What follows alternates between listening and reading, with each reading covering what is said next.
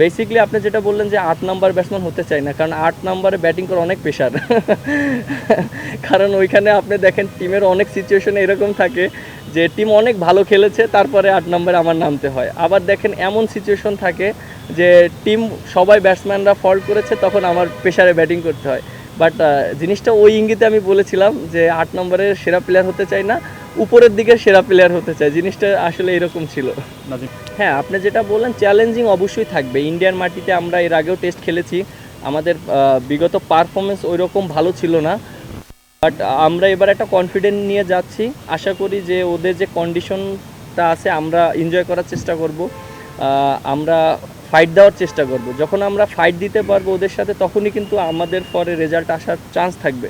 So আমাদের প্ল্যানিংটাই এইটাই যে আমরা যেন ওদের সাথে ফাইট দিতে পারি। আবিদ, হ্যাঁ, অবশ্যই আমাদের এখন টিমের ভিতরে মেন্টালি সবারই অনেক হ্যাপি আছে এবং সবাই খুব ভালো একটা শেপে আছে। বিশেষ করে ব্যাটাররা, বলাররা তারা খুব ভালোভাবে খেলছে। আর যেটা বললেন যে মুস্তাক আহমেদ, তিনি আমাদের টিমের সাথে ছিলেন এবং আমি ফার্স্ট টাইম তার সাথে কাজ করেছি। আমার কাছে খুব ভালো লেগেছে মানুষ হিসাবে, এবং তিনি অনেক মোটিভেশন কথা বলেন এবং প্লেয়ারদের সবসময় সাপোর্ট করার চেষ্টা করেন। একটা প্লেয়ারকে আপনি দেখেন যে খারাপ সময়ে সবসময় পাশে থাকার চেষ্টা করেন। সো এই জিনিসগুলো খুব ভালো লেগেছে।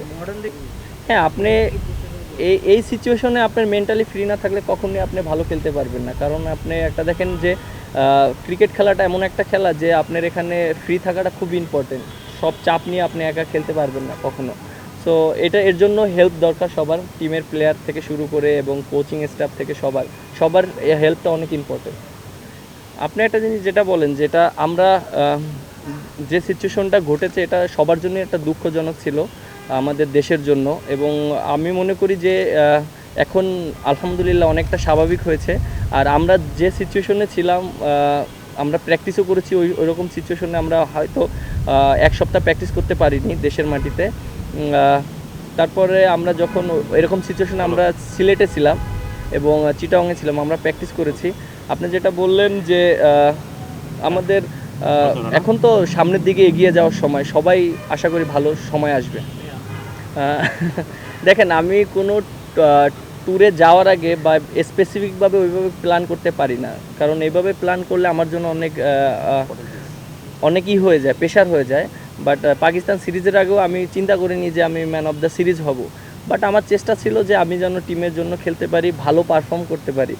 আর যেহেতু ইন্ডিয়া সিরিজ আছে, প্রত্যাশা সবারই থাকবে, আমার নিজেরও প্রত্যাশা থাকবে। বাট এই প্রত্যাশাটা যদি আমার নিজের ভিতরে সবসময় বেশি থাকে, তখন আমার জন্য একটু চাপ হয়ে যাবে। সো আমি চেষ্টা করছি যে স্বাভাবিক থাকার জন্য, আমি প্রসেসে থাকার জন্য চেষ্টা করছি যে আমাদের কিভাবে রান করতে হবে, কিভাবে উইকেট নিতে হবে, কিভাবে টিমমেটদেরকে হেল্প করতে হবে, এইভাবে নিয়ে চিন্তা করছি। একটা জিনিস দেখেন যে আমাদের দেশে এর আগে হয়তো এরকম হতো যে পেজ অ্যাটাক ভালো থাকলে হয়তো স্পিন অ্যাটাক ছিল না, বা স্পিন অ্যাটাক ভালো থাকলে পেজ অ্যাটাক ছিল না। বাট এখন কিন্তু আমাদের টিমের ভিতরে আলহামদুলিল্লাহ ভালো পেস বলার আছে। আপনি দেখেন যে নাহিদ রানা প্রায় 150+ বল করেছে। একটা টিমের জন্য কিন্তু এটা কিন্তু অনেক একটা মানে একটা বার্তা দেওয়া যে না, ওই টিমে 150-এর বলার আছে। তারপরে আপনি দেখেন হাসান মাহমুদ যেভাবে বল করেছে, ও তারপরে তাসকিন আহমেদ, শরীফুল, মানে অবশ্যই পেস বলারদের ইউনিটটাকে ক্রেডিট দিতে হবে। ও ওইখানে ওই টাফ কন্ডিশনে যেভাবে বল করেছে, উইকেট নিয়েছে। এবং আপনার ব্যাটাররা যেটা বলেন যে ব্যাটসম্যানরা, এর আগে আমরা হয়তো বড় ইনিংস খেলতে পারছিলাম না। দেখেন যে আমাদের ওখানে কিন্তু অনেক বড় ইনিংস হয়েছে। আপনি দেখেন মুশফিক ভাই 190+ রান করেছে, লিটন দাস একটা করেছে 150 রানের কাছাকাছি, তারপরে আপনি সাদমান করেছে, আমি হয়তো কন্ট্রিবিউট করেছি। একটা টিমে যদি আপনি দেখেন যে 50-60 করে আউট হয়ে যায় ব্যাটসম্যান, তখন টিমের কিন্তু মোরালটা ডাউন হয়ে যায় বা খেলাটা ওইরকম যায় না। বাট এই যে 2টা টেস্ট খেলেছি, আমি মনে করি সব দিক থেকেই পারফেক্ট ছিল। Okay, thank you. Thank you.